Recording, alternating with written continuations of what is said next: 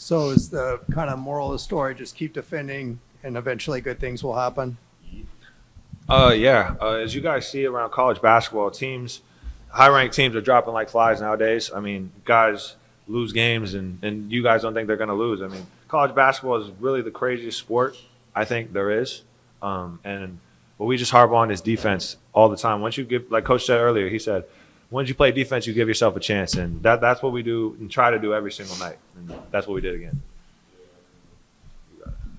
As long as you play defense, it's gonna keep you on the floor, and like as a player, it's gonna keep you like on the floor. If you know what I mean. I had a few turnovers. I remember one turnover, I threw it or whatever, and I looked at it and I was like, all right, I'm gonna get you one like right now.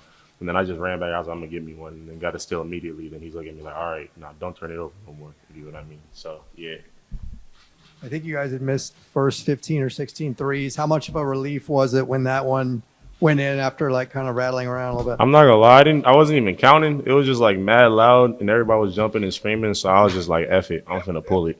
If you know what I mean. He kind of contested it, but I didn't give a damn. It was gone, and then it went in, and then a lot more like went in after that. So yeah. I didn't know we hadn't hit one. I wasn't like I don't count it. I mean, I don't know if they knew. If you I just knew that we were missing shots, and I knew that eventually that they were going to go in, and that's what happened. You guys missed 15 of your first 16 to start the second half. Wow. But you were able to keep it at the end.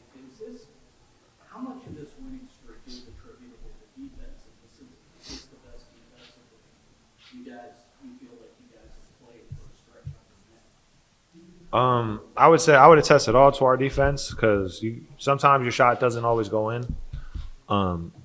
You shoot 50%, that's a good shooting percentage, but you still miss half your shots. So, I mean, we just attribute it all to defense. And like we said earlier, you play defense, you give yourself a chance, and we're giving ourselves a lot of chances, and we're going to try to keep doing that. And I attribute a lot of it to this man right here.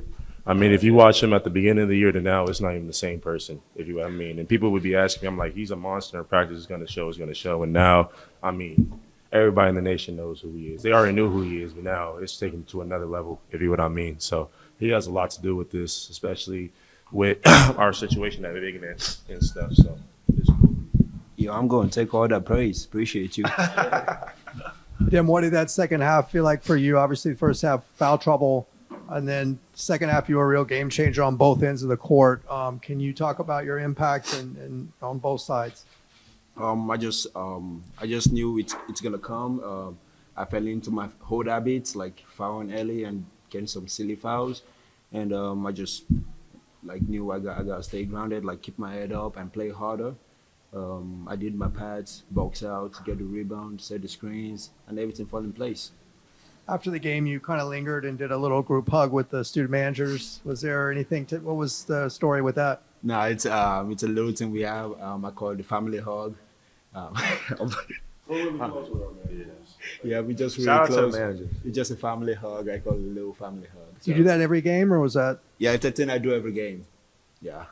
We all like the whole staff. Yeah. I think that's like the biggest. And then we have like top from bottom. Like he'll tell we hang out with our managers. We play video games. We don't look at them as managers. Yeah. If you know what I mean. They come out with us. They hang out with us. Like class together. Like everything. Like they're just a part of the whole family. Ain't no levels. Ain't no ranks. If they tell me something, I'm gonna respect it the same way he tells me something. If you know what I mean. And that's just what it is. And just to add to that, shout out to the managers again. Like they're with us every night, every morning, putting in so much work. Like if we're working, they're working with us. They rebound. They stay late. They do everything for us. So. He gives me entire stat sheets like synergy. He watches every game and puts catch and shoot made. If your feet was set, if you left right, if you right left, and he'll stay up and do it for hours. Yeah. Yeah, I would say. I try to take lunch, offer him rides. That's my job. You know what I mean? So our manager's the next level. Yeah, they're just like an extension of the team. When baskets are falling, you guys are down 9. It still seemed like you guys were communicating, not hitting the pads. Was there anything specific you guys told each other to go on that big 17 on this? I just remember saying in the huddle that eventually that they're gonna fall. Like they were in and out like every shot. So once I saw that they were going in and out and they weren't just bricks, like I knew that we were gonna be fine as long as we stopped them from scoring because we weren't scoring. That our shots were eventually gonna fall. You guys have the longest, I mentioned this the other night as well, longest winning streak among major college conference teams in the country.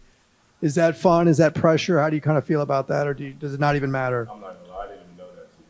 So yeah, we walk into every game like we gotta win another one. Yeah, to go ahead and just keep on trucking along. You know, we want to put ourselves in the best position of March.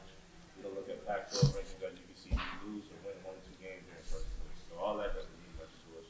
We just focus on who's ahead of us, which is Arizona State. We're focused on Arizona State, and then when we whatever we play that game, then we'll worry about the next opponent and so on and so on. Yeah, shit.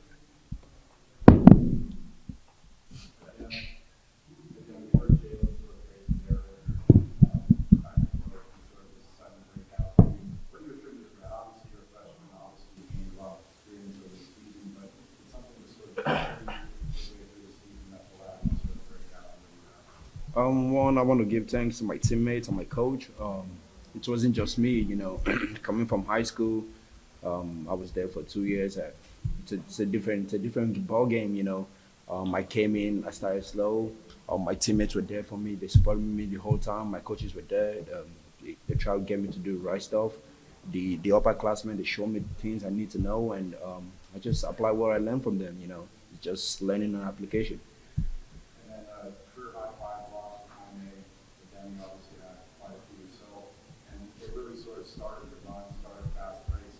When you start runs like that, you almost spin more, you start jumping for more shots, kind of sort of kickstart the offense, more blocks, kind of those things that you can more aggressive defensively. I would just say it's an energy boost. We feed off each other's energy. I may get to block, I get hype. I want to run down quicker. I want to get to paint, get my man behind me. I get a block. I may spray in the flow. It's just like it's a chemistry, you know. I got a block. Everyone feeds off my energy. The fans feeds off the energy. We feeds off the fan, and just like a cycle, it goes around. You know? We play much better like Chris. We play much better like Chris. So once we get it, we go, and then we hop in the press, especially at home, because then it's gonna start getting a little rowdy and stuff. And people make quick mistakes, and it's like, it's clock right at that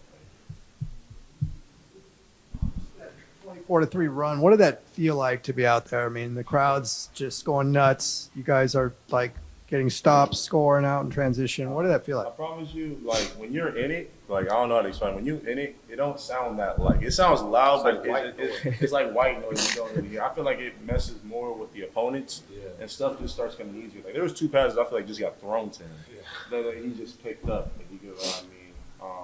So yeah, we love it though. We love that all of our fans are coming. Like since I've been here, this year has probably been most consistently the most like packed games. I mean, we played SC over the break and it's still sold out. You know what I mean? I was with no like students who's not even here yet. So the fans have been great this year though. Like from Bellarmine to Pepperdine to games, I would think I'd see 2,000, 3,000. We still put in 7,000, 8,000, 9,000 seats. I don't know how many we had today, but it felt pretty good out there. So, yeah. 8,000. Oh yeah, 8. Yeah.